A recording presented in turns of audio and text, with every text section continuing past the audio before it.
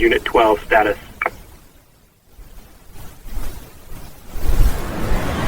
You don't expect a national park ranger to keep secrets.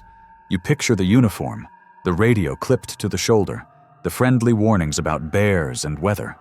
You picture a person whose job is to protect people from the obvious dangers: steep trails, lightning, cold water, bad decisions. But the first time I heard about the logs, the warning wasn't about cliffs. It was about paper. "Don't request them," the employee told me, voice flat like they'd learned to say it without emotion. "If you do, you're on the list. And if you're on the list, people start asking why you want them." "What list?" They didn't answer. They just stared at me like they were waiting to see if I'd push. And maybe you're thinking the same thing right now. What kind of secret logs could a park ranger possibly write? Or the kind that never makes it into public incident reports? The kind that doesn't belong in a visitor center binder? The kind you don't put in an email because an email can be forwarded? The kind you write in the old, thick notebooks, black cover, stitched spine, because you can lock them in a drawer and pretend they don't exist? These logs aren't one story. They're a chain. A year's worth of entries from a ranger who stopped trusting what they saw, stopped trusting what they heard, and finally stopped trusting the park itself. No named park, no coordinates, no official date stamps, just the details that matter. The weather, the shift schedule, the trail conditions, the radio channels, the things that aren't supposed to happen, and the one line that repeats more than any other: ought to do not hike alone. Not because of the usual reasons, not because you might slip, not because you might get lost, because in these entries the park behaves like it notices you, like it selects you, like it waits until you are alone. So tonight, I'm going to read you what's in those notebooks, the safest way to share them, because a voiceover disappears into the internet in a way paper doesn't. I'll tell you what's in the logs. And I'll tell you why the last entry ends with a warning that sounds less like a ranger and more like someone trying to save a stranger they'll never meet, because if any of it is true, then the national park isn't just wilderness, it's a system, and it has rules. The first entry begins the way normal ranger notes begin: small, practical, almost boring. It opens with weather. Cool morning, on fog low in the hollows, recent rain, trails damp. Then it moves to the usual details: visitor counts, trail maintenance, a note about a downed limb near a junction. And then the handwriting tightens. The sentences get shorter, as if the writer is trying to keep their own mind from drifting. Patrolled Ridge Loop. Heard whistling beyond switchbacks. Not bird, not human. 3 notes, same interval. Always ends before I round the bend. Checked for hikers? None. Whistling stopped when I stopped. Started again when I moved. That's how it starts. Not with a scream, not with a shadow, with a pattern. The kind of pattern you could explain away if you wanted to. Wind through a hollow log. A distant person messing around. A bird you're not familiar with. But the ranger doesn't write like someone looking for excuses.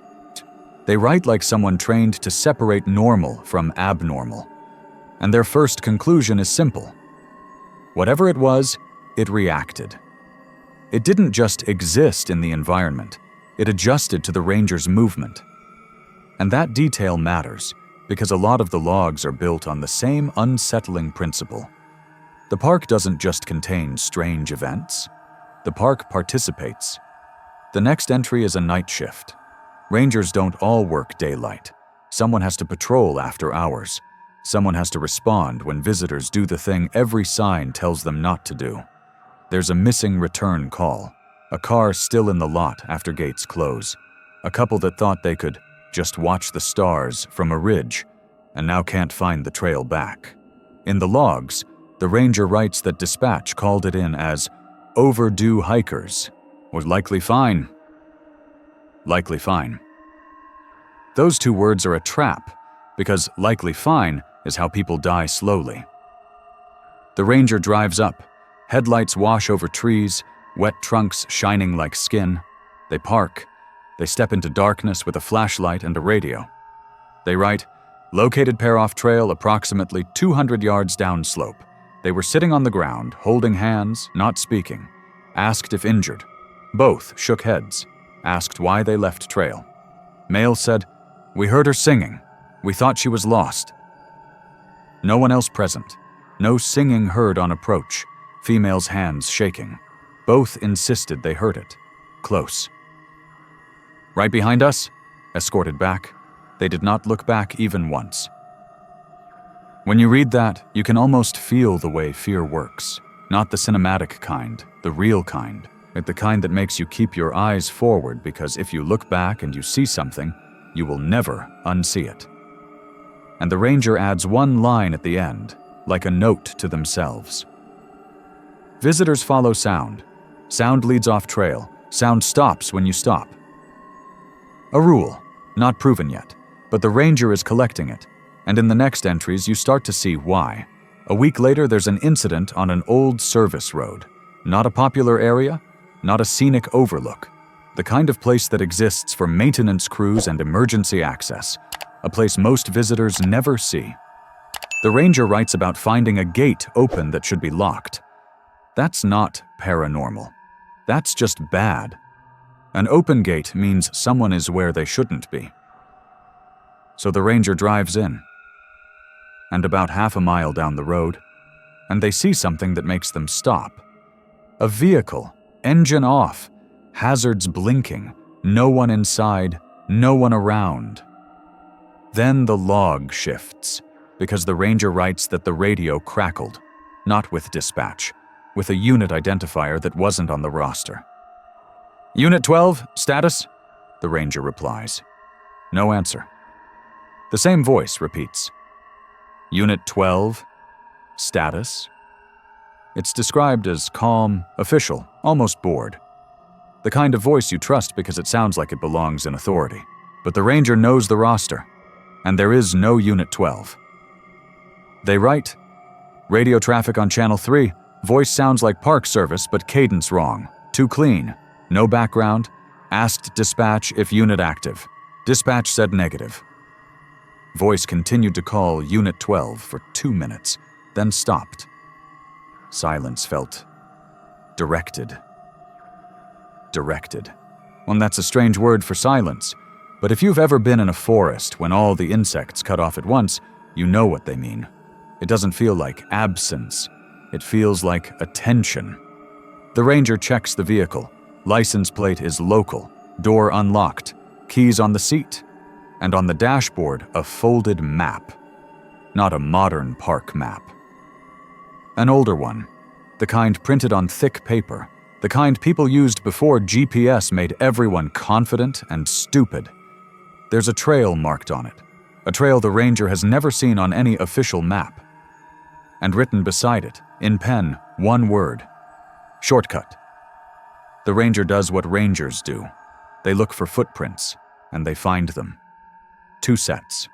One going off the road, and one coming back.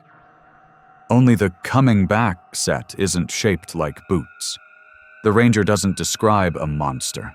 Or do they describe an impression? Longer than a boot. More drag than step. As if something heavy moved without lifting properly. Then the ranger writes the first sentence that makes your stomach tighten. Found second set ended at road. No return prints from first set. One person went into the trees. Only one set came back, and the ranger doesn't chase it, not alone. They call for another ranger. They wait. And while they wait, they write. Whistling started again. 3 notes, same interval, not from forest, from behind my vehicle. That's the first time the logs suggest the phenomenon isn't confined to deep wilderness.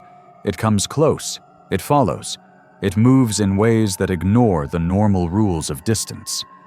And after that, the entries begin to feel less like field notes and more like someone building a defense. Because the ranger starts writing procedures. They start listing what works and what doesn't. They start writing as if they're preparing for a thing that will happen again. There's an entry about a fire tower. Most people picture a fire tower as a romantic thing, a silhouette on a ridge, a lookout with binoculars, a place where someone watches sunsets. But fire towers are also functional. They're built to see far. And being able to see far is useful when something wants to stay hidden. The ranger writes that they were assigned to check the tower's lock because someone reported a light up there after hours.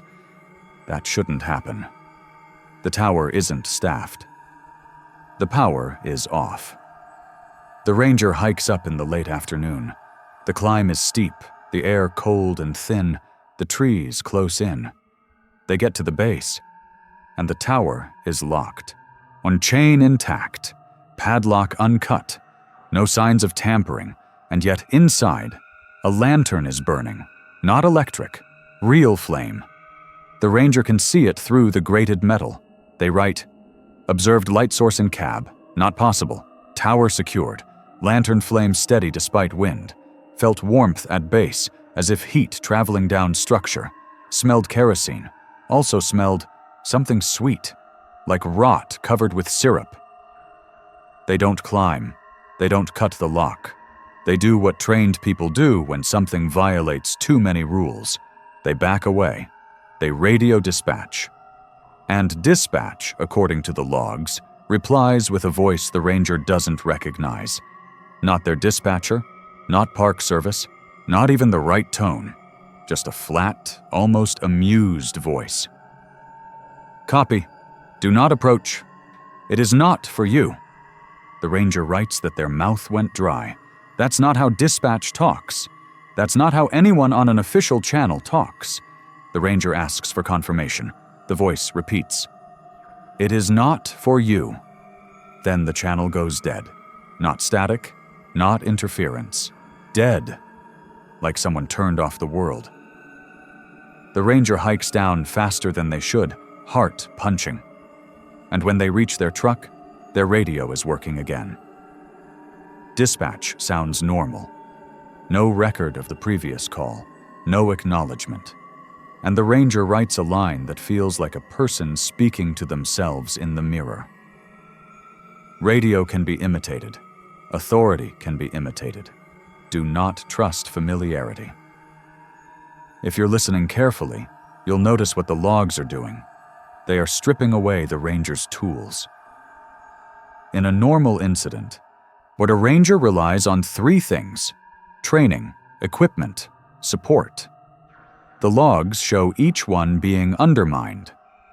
Training helps you recognize patterns until the pattern reacts. Equipment helps you communicate until the radio becomes a mouth for something else. Support helps you make decisions until the system itself can be mimicked. And once those pillars wobble, the ranger is left with the oldest human sense: instinct. The problem is, instinct can be hacked. Sound can hack it, silence can hack it, loneliness can hack it. And that's where the next entries go. The middle section of the notebook is filled with search and rescue calls. Not all dramatic, not all suspicious. Some are just people getting lost or injured or underestimating distance. But the ranger keeps marking certain cases with a symbol, a small triangle in the margin. And whenever the triangle appears, the same features show up. A person separated from their group. A person who heard something, a person who followed, a person who went quiet. There's one entry that reads like the ranger had to fight their own disbelief to write it. Say our call. 2 hikers, 1 returned to trailhead alone. Reported partner went ahead. Partner missing. Returned hiker did not know partner's last name. Said they met on trail. Said they talked for an hour. Said partner knew their name without being told. That last line sits there like a thorn.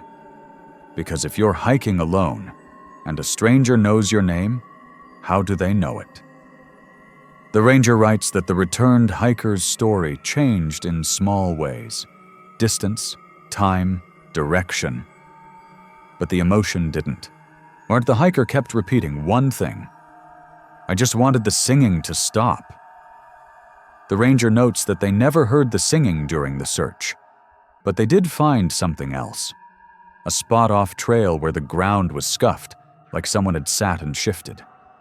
And next to it, in the leaf litter, a small pile of smooth stones, stacked, not naturally, like a child building a tiny cairn. Except the stones were too clean, as if they'd been washed, as if someone had handled them often.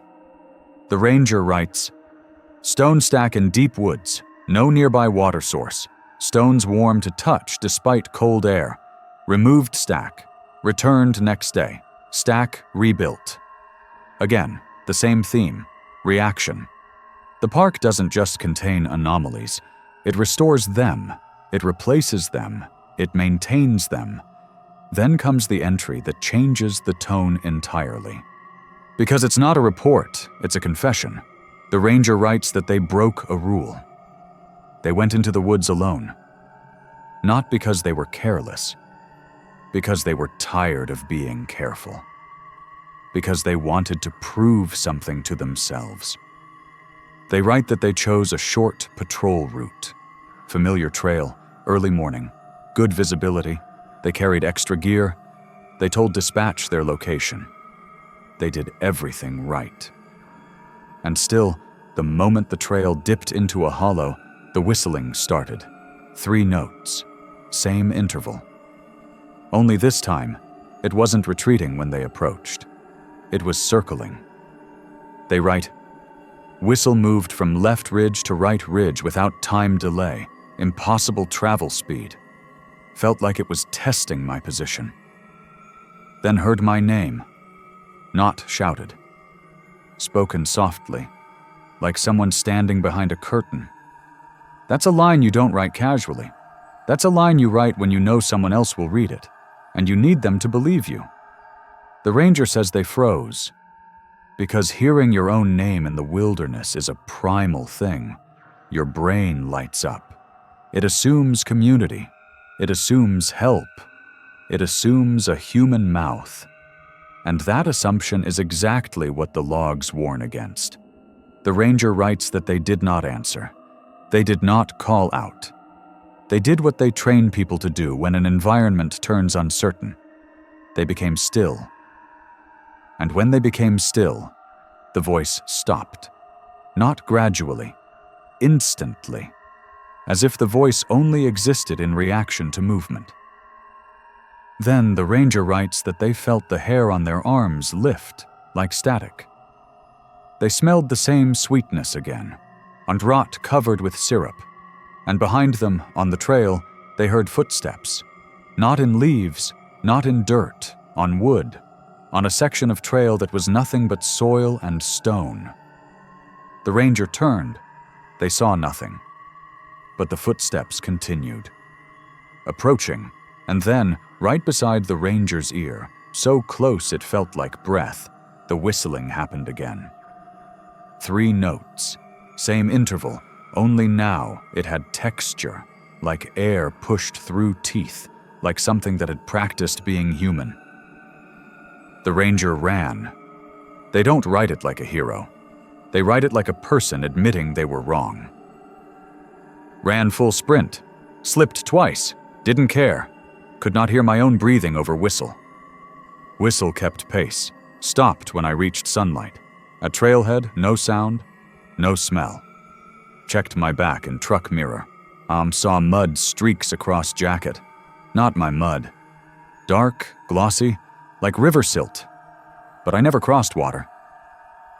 After that entry, there are fewer patrol notes, more procedural notes, more warnings, and one new rule written in capitals.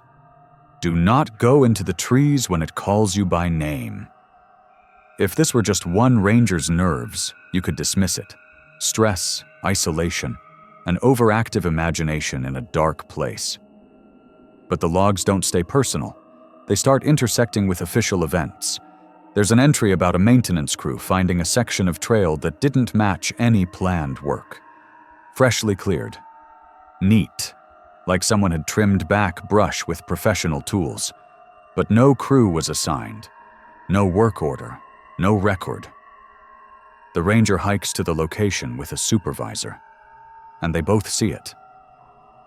A new path, not on the map, Blazed, but the blaze marks are wrong. Too high, too evenly spaced, too perfect, like an imitation of what a trail should look like. The supervisor says it must be an illegal shortcut. They'll close it, they'll block it, they'll post signage. Then the ranger notes what happens as they stand there. Wind dropped, birds silent. Supervisor's radio clicked with voice. Trail open, you may proceed. Supervisor asked dispatch if they said it. Dispatch, negative. Supervisor laughed it off. He shouldn't have. The ranger writes that they put a barrier across the start of the false trail. A simple one, tape and a sign. Nothing dramatic. Then they left. They returned 2 days later. Barrier gone. Sign gone. And at the entrance of the false trail, someone had placed a small object. A ranger patch, old style, faded. Not one issued in years. The ranger writes, patch was clean, no dirt, no mildew, smelled faintly of kerosene, as if it had been stored somewhere dry, somewhere enclosed, as if it had been carried a long time, as if it was a message. A message. From what? From who? The logs don't pretend to know. They do something more chilling. They accept that the park is communicating.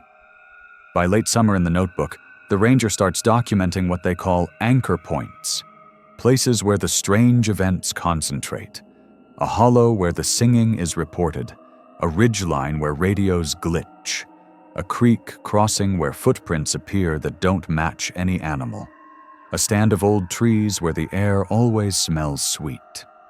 The ranger writes that these anchor points do not move, but what happens around them does. Like the park has fixed nodes, and between those nodes, it can bend the experience. Distance feels wrong. Time feels wrong. Trails feel unfamiliar even when they aren't. The ranger is careful with language. They don't say portal. They don't say dimension. They say something more believable. They say disorientation. They say sound lure. They say imitation. They are trying to build a vocabulary that doesn't sound insane, but then a new entry appears that makes vocabulary feel useless. It's a night incident again. A call from a campground host. Visitor at Site 14 won't come out of tent, says something is outside. The ranger arrives. Flashlight beam sweeps over damp grass, picnic tables, metal fire rings. It's quiet in that campground quiet way.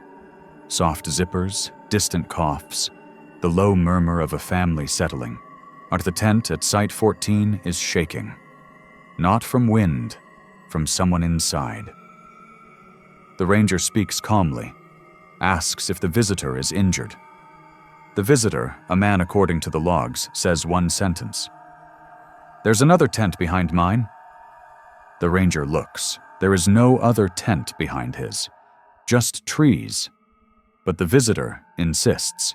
He says he can hear the zipper. He says he can hear fabric moving. He says he can hear someone whispering. And then he says the most unsettling detail. They're whispering my name like they already know it. The ranger writes that they moved the visitor to the ranger vehicle, sat him in the passenger seat, kept him facing forward. And then, behind the tent, in the trees, the ranger saw a rectangle of darkness. Not shadow, a clean-edged rectangle, as if the night had been cut out. The ranger shines the flashlight. The beam doesn't reflect, it doesn't illuminate, it just disappears into the rectangle.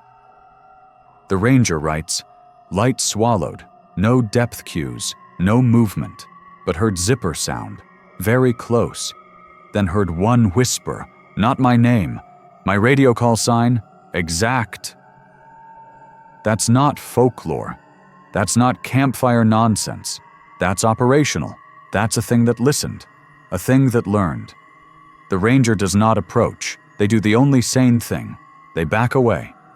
And as they back away, the rectangle collapses. Not like a door closing, like a reflection disappearing when you turn your head. The trees are normal again. The flashlight beam behaves. The visitor is crying, not loud, just quietly, like his body is trying to process something it can't label. Yet the ranger writes, moved visitor to lodge, advised not to return to site, offered alternate accommodation. Visitor asked, was that a person? I did not answer. Not because I don't know, because if I say no, he will ask what it was, and if I say yes, he will ask where it went. I have no safe answer.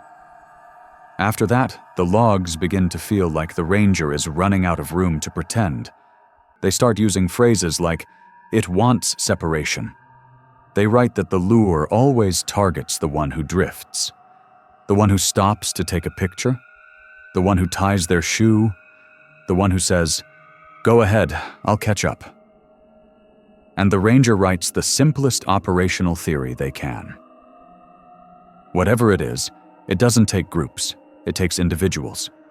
It takes the moment between people.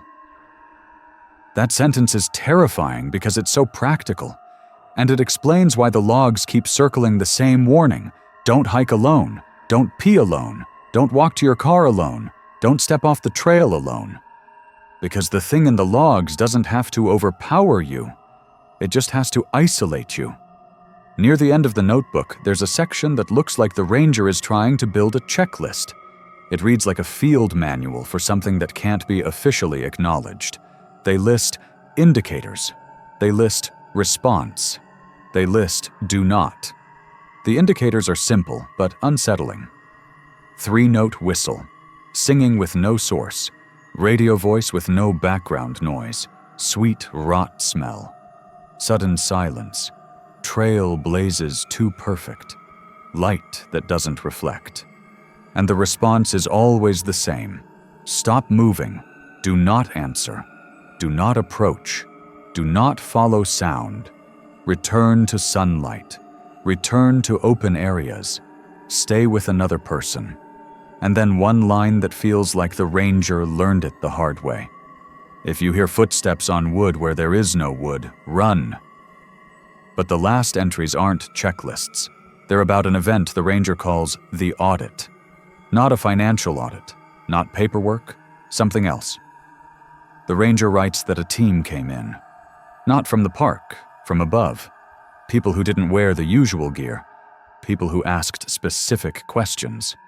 People who knew about the triangle symbol in the margins. The ranger doesn't name them. They just describe the feeling. They spoke like they were reading from something. They asked what time the whistling starts. Or they asked how many notes. They asked if it ever changes. They asked if it calls by name. They asked if it uses the radio. They asked if it shows shapes. They asked if it leaves objects. They did not ask if anyone was hurt. They asked if it was active.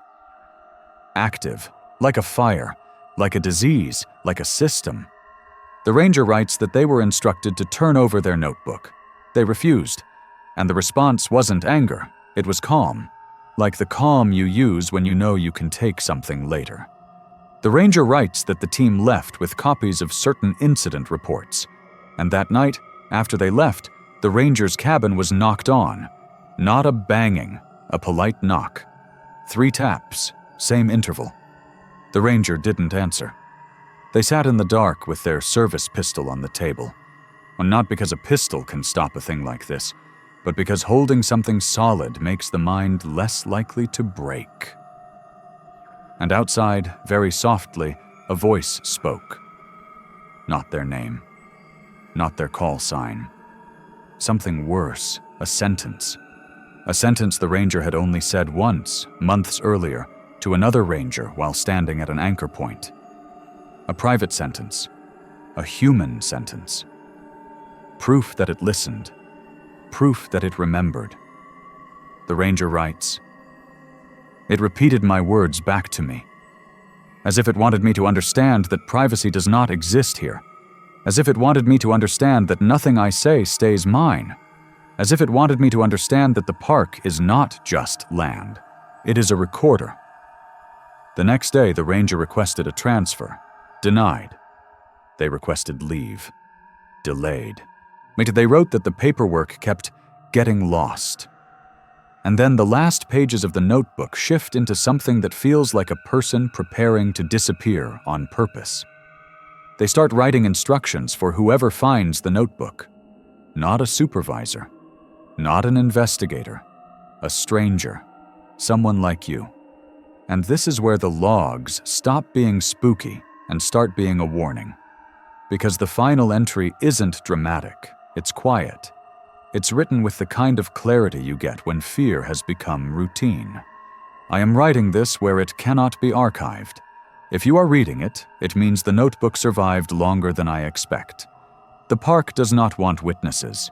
It does not want stories. It wants patterns. It wants repetition. It wants the same mistake over and over. Then the ranger lists the mistake. Going alone. And they write, "Do not go alone. Do not separate from your group. Do not let someone walk ahead around a bend. Do not stop where you cannot be seen. Do not follow voices. Do not answer when the woods say your name. Do not trust radio traffic that sounds too perfect. Do not take shortcuts you did not plan. Do not enter a path that looks newly cleared. It is not for you." That phrase again. It is not for you. The ranger writes one last thing that feels less like a ranger and more like someone speaking from the edge of something. Everything here is older than you. Everything here will outlast you. You will not win a contest of patience. So don't play. Stay in pairs. Stay in the open. And if you hear 3 notes, not a bird, not a person, 3 notes that stop when you stop and start when you move, you turn around. Not later. Not when you find a better spot. Not when you reach the next marker. You turn around while the option is still yours. The last line is underlined so hard the pen tore the paper. The park listens for the moment you are alone. That's the end of the notebook. No closure, no explanation, no case solved. Because whatever was happening in those logs isn't the kind of problem you solve. It's the kind of problem you survive by refusing to participate. And maybe you're sitting there thinking, okay, but is any of this real? Here's the uncomfortable truth. Most of the time, the wilderness doesn't need the paranormal to hurt you. It already has cliffs, it already has storms, it already has cold water and bad footing and darkness that arrives faster than you expect. So if you wanted to dismiss these logs, you could. You could chalk it up to a stressed ranger. You could chalk it up to misheard sounds. You could chalk it up to coincidence. But the reason the logs matter isn't because they prove something supernatural. It's because they describe something every experienced outdoors person already knows in their bones. Alone is a vulnerability. Alone is the condition that turns normal danger into fatal danger. And if there is anything in those woods that knows how to exploit that condition, whether it's a predator or a person or something we don't have a word for, it will choose the simplest path, the moment between people, the bend where your friend can't see you, the 10 seconds when you step off trail to use the bathroom, the decision to take a shortcut because it looks easy, on the impulse to answer a voice because it sounds like it needs help.